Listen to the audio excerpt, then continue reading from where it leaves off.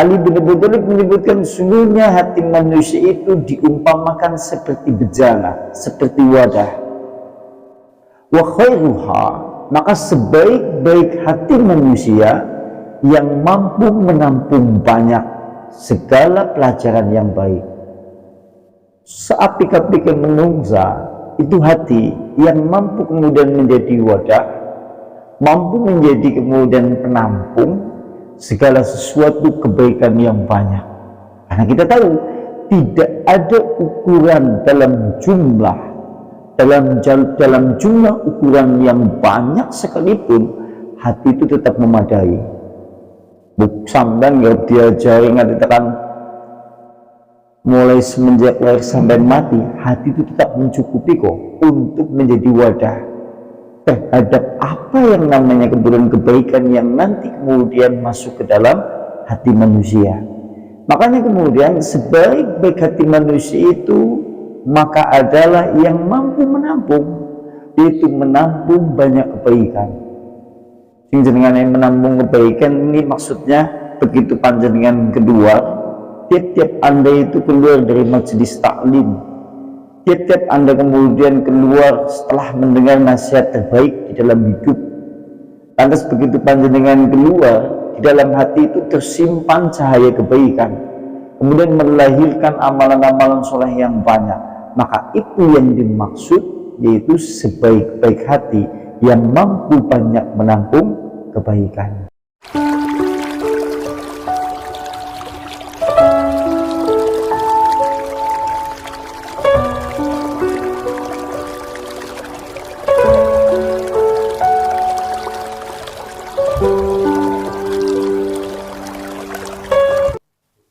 Bismillahirrahmanirrahim. Assalamualaikum warahmatullahi wabarakatuh. Alhamdulillah, innal hamdalillah nahmaduhu wa nasta'inuhu wa nastaghfiruh wa na'udzu billahi min shururi anfusina wa min sayyiati a'malina. May yahdihillahu fala mudilla lahu wa may yudlilhu fala hadiya lahu. Asyhadu an la ilaha illallah wahdaniyah wa asyhadu anna Muhammadan abduhu wa rasuluh la nabiyya wa rasulullah ba'da. Faqad qala Allah ta'ala fil kitabihil karim, ya ayyuhalladzina amanu taqullaha haqqa tuqatih wa la tamutunna illa wa antum muslimun. Ikhwan wa ikhwa fillah, rahimani rahimakumullah ta'ala jami'an ahlu ta'lim yang semoga senantiasa dirahmati oleh Allah subhanahu wa ta'ala. Tentunya mengawali kajian pada kesempatan malam hari ini, kita sama-sama memuji kepada Allah karena hakikat semua bentuk segala puja dan pujian milik Allah, untuk Allah, dan karena Allah subhanahu wa ta'ala. Salam dan juga salawat tetap tercurah kepada uswah sekaligus juga qudwah, itu Rasulullah sallallahu alaihi wa ala alihi wasallam. Dan kita tentunya berharap hanya kepada Allah, semoga Allah melimpahkan rahmat, karunia, inayah serta hidayah taufik kepada kita seluruhnya, sehingga nantinya melihat kebenaran itu adalah sesuatu yang hak, dan juga melihat setiap kebatilan itu adalah sesuatu yang memang menyalahi apa yang telah digariskan oleh Allah subhanahu wa ta'ala. Ikhwan wa ikhwa fillah rahimani rahimakumullah ta'ala jami'an. Itu kemudian melanjutkan pada pembahasan kemarin itu kan terkait masalah, sekarang masuk di bab berikutnya, yaitu hikayat tasyirah, hikayat yang nomor 9, yaitu terkait masalah wasiat yang nanti akan disampaikan oleh Al-Imam Ali bin Abi Thalib.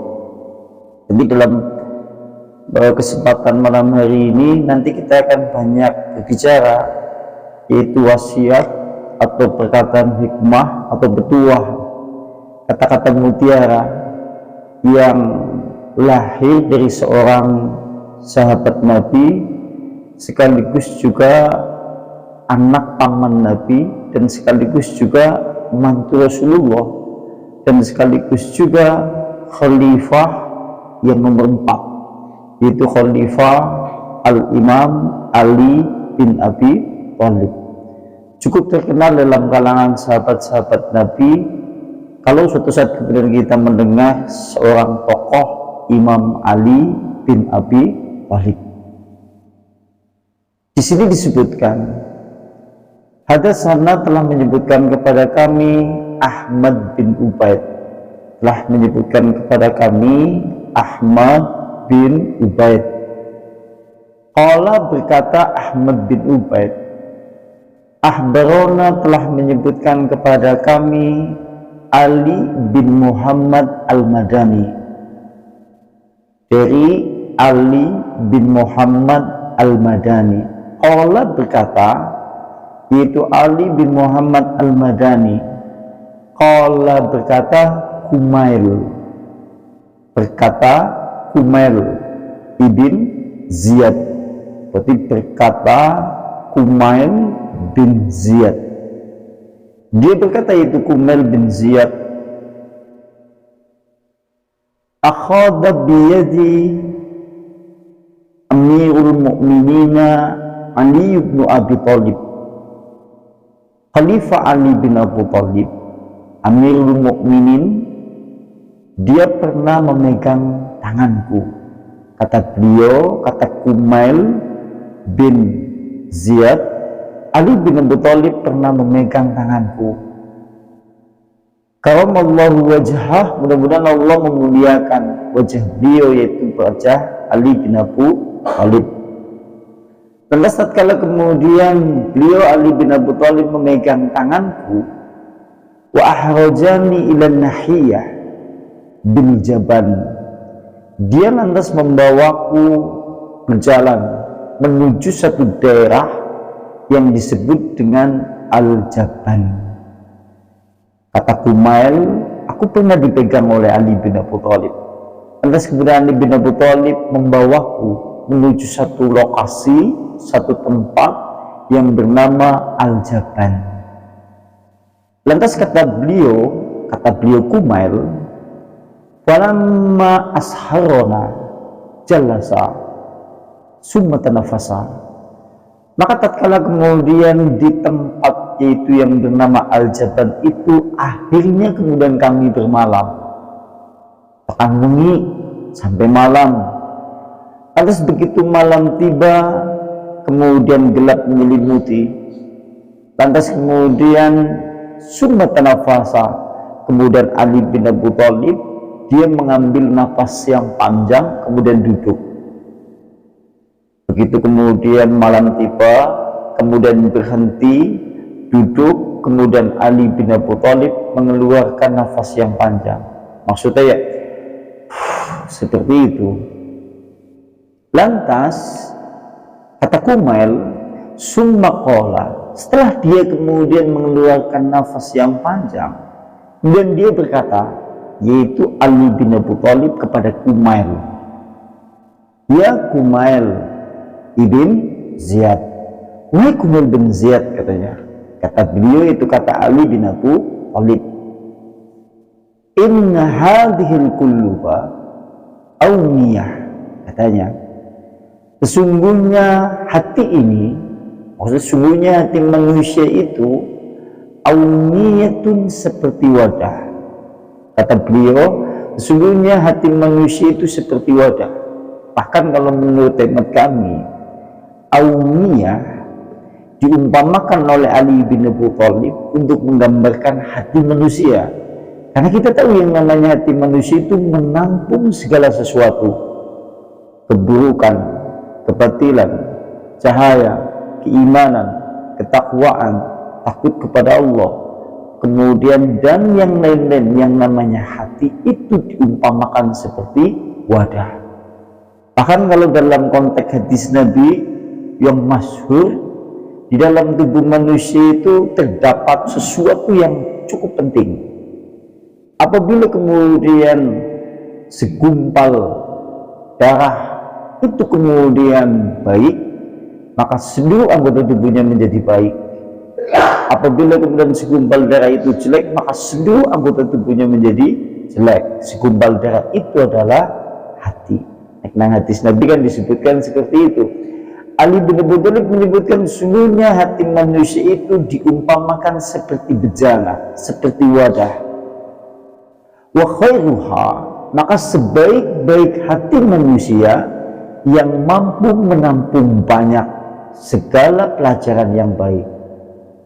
Seapik-apik menungsa itu hati yang mampu kemudian menjadi wadah, mampu menjadi kemudian penampung segala sesuatu kebaikan yang banyak. Karena kita tahu tidak ada ukuran dalam jumlah ukuran yang banyak sekalipun, hati itu tetap memadai.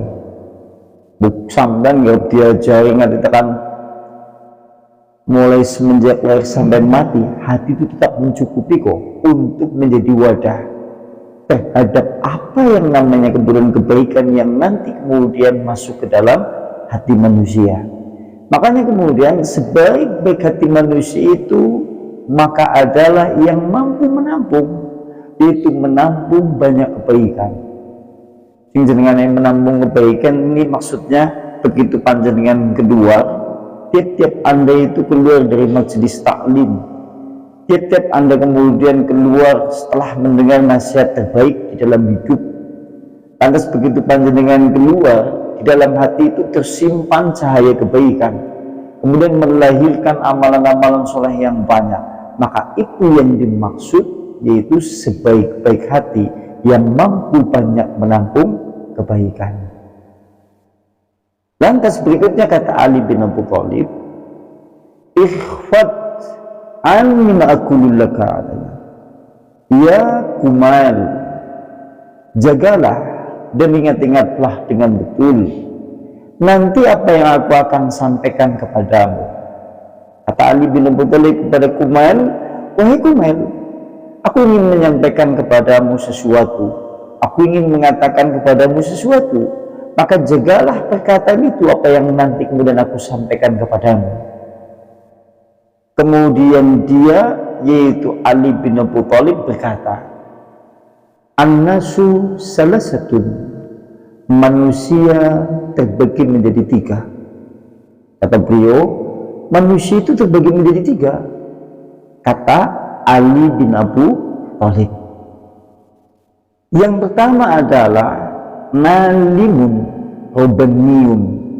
Yang pertama adalah manusia yang termasuk kelompok ngalimun robaniun, itu alim yang robani, orang yang belajar ilmu, orang yang mencintai ilmu, orang yang berilmu, atas dengan ilmunya itu kemudian dijadikan untuk jalan menuju keridhaan Allah Subhanahu wa taala. Kita jenengane alimun robaniun. Maka kelompok yang seperti ini adalah kelompok yang Masya Allah. Manusia pertama adalah alimun robaniun. Bahkan kalau dalam perkataan di dalam ulama salafus shalih itu berkata, kun robingan walat takun homisan, jadilah engkau menjadi empat dari golongan manusia dan jangan jadi kelompok golongan manusia yang kelima. Kata ulama salafus shalih, jadilah sampean itu menjadi empat golongan dan jangan menjadi yang kelima. Golongan yang pertama adalah ngalimun, orang yang alim. Orang yang alim adalah orang yang mengetahui ilmu kemudian mengamalkan ilmunya. Kemudian muta'aliman, atau orang yang belajar ilmu. Wong berilmu kemudian belajar ilmu. Semingan, atau orang yang mendengar. Orang yang mendengar ya berarti datang di setiap kajian majelis taklim kemudian dia mendengarkan, itu jenengane golongan wong sing mendengar. Atau kemudian engkau kalau seandainya tidak menjadi ngalim, tidak menjadi orang yang belajar ilmu, tidak menjadi orang yang mendengar, maka jadilah muhiban, orang yang mencintai ilmu. Dan jangan jadi golongan yang kelima. Jadi golongan yang kelima adalah tidak alim, tidak belajar ilmu, tidak mau mendengar, dan juga tidak mencintai ilmu. Golongan apa gue? Golongan apa? Karena golongan itu golongan apa gue jajal? Wong alim ora gelem, orang ngaji ora gelem, disuruh mendengarkan nasihat terbaik dia ora gelem, ya. Kemudian dia juga tidak mencintai kami wong-wong sing berilmu atau tidak mencintai ilmu. Golongan apa jasa kayak Nah, dibilang, dan kita tahu dalam hadis Nabi, kenapa seorang Ali bin Abi Thalib menyebutkan seperti itu? Karena kita tahu semua dunia yang kita bijak hari ini, dunia kan isinya manusia, hewan-hewan, rumah, kendaraan, harta benda, tumbuh-tumbuhan, dan semuanya itu dunia isinya. Kata Rasulullah SAW di dalam hadis, kini nang hadis, inna dunya malmunah, sebenarnya dunia itu adalah terlaknat. Kata Rasulullah, sesungguhnya dunia ini terlaknat, malmunun mafiha, dan terlaknat pula segala apa saja yang ada di dunia. Jadi dunia kadang dilaknati, bahkan segala apa saja yang ada di dunia dilaknati juga. Tapi kemudian illa kecuali berarti nang dunia kie yang tidak dilaknati oleh Allah. Semuanya dilaknati, termasuk apa saja yang ada di dalam dunia ini semuanya dilaknati, kecuali yang tidak dilaknati oleh Allah. Di antaranya adalah zikrullah, zikir kepada Allah. Motor dunia bukan dilaknati, tapi kalau suatu saat kemudian motor itu dijadikan untuk media perantara untuk mendekatkan diri agar kita lebih ingat kepada Allah, jenengane motor sing ora dilaknati. Iki maksudnya, sampean suatu saat melihat mobil Pajero, Lamborghini atau yang lain-lain, dilaknati enggak? Dilaknati. Tapi kalau suatu saat kemudian itu menjadi media, fasilitas untuk menuju dzikir kepada Allah, untuk kemudian dijadikan sarana untuk banyak beribadah kepada Allah, jenengane mobil yang dijadikan untuk dzikir kepada Allah menjadi mobil yang tidak dilaknati oleh Allah. Kira-kira dunia ini akan yang dilaknati orang? Oke. Banyak kata Rasulullah seperti wakil ya. Bojo dunia bukan, suami dunia bukan. Suami berarti suami, istri, anak-anak dilaknati, kecuali kalau kemudian istri ataupun suami atau anak-anak itu menjadikan media perantara, alat untuk kita lebih banyak zikir, mendekat kepada Allah, maka itu menjadi harta benda dunia yang tidak dilaknati oleh Allah. Kata Rasulullah seperti itu. Kemudian yang berikutnya, yang dimana dunia ini bukan termasuk dilaknati oleh Allah, diantaranya wa mawala, dan segala apa saja yang dijadikan untuk taat kepada Allah, dia dilaknati. Sampai punya apa saja untuk media ketaatan, ketundukan kepada Allah, tidak dilaknati. Baju dunia bukan dunia, tapi kalau baju itu kemudian dijadikan untuk media ketaatan kepada Allah, mau sholat, mau ngaji, jadi Masya Allah, jadi sesuatu yang bukan dilaknati oleh Allah. Dan semua apa saja dunia, segala media dunia apa saja yang dijadikan untuk ketaatan kepada Allah menjadi tidak dilaknati oleh Allah. Tapi kalau suatu saat lepas dari dzikir kepada Allah, lepas dari tunduk kepada Allah, maka menjadi sesuatu yang dilaknati. Kemudian berikutnya kata Rasulullah, yaitu alimun au muta'alimun. Dunia yang tidak dilaknati adalah alimun, orang yang berilmu, atau muta'alimun atau orang yang belajar. Sampai ngaji iki ora dilaknati. Siki ora mangkat ngaji malah jagoan nang gerbu dilaknati. Jadi kan ya karena memang seperti itu kan ya. Semua manusia termasuk dunia bukan? Dunia. Kalau suatu saat kemudian dia mendengar di masjid tertentu, mendengar kemudian di tempat-tempat tertentu terdapat kajian-kajian, majelis ilmu, kok kemudian dia malah rela duduk-duduk hanya di jembatan, hanya di gardu-gardu, dia berarti memposisikan sebagai dunia yang dilaknati oleh Allah. Dunia ku isine ngedok, sing ora dilaknati berarti telu. Zikir kepada Allah, apa saja yang digunakan taat kepada Allah. Yang ketiga, wong ngaji atau wong sing duwe ilmu mengamalkan ilmunya. Kira dilaknati. Mulanya bejo banget jenjane wong sing ngaji. Nek bisa ngaji bendina. Soalnya apa? Dalam keadaan tidak pernah dilaknati oleh Allah. Karena seperti itu, dan kita tidak bisa membayangkan. Di sini tidak menunjukkan orang yang sholat ataupun tidak sholat, tapi menunjukkan orang yang belajar ilmu atau orang yang memiliki ilmu mengamalkan ilmunya. Sing dilaknati oleh Allah dan tidak dilaknati oleh Allah, standarnya adalah dia belajar ilmu dan mau kemudian mengajarkan ilmu atau kemudian dia berilmu dan mengamalkan ilmunya.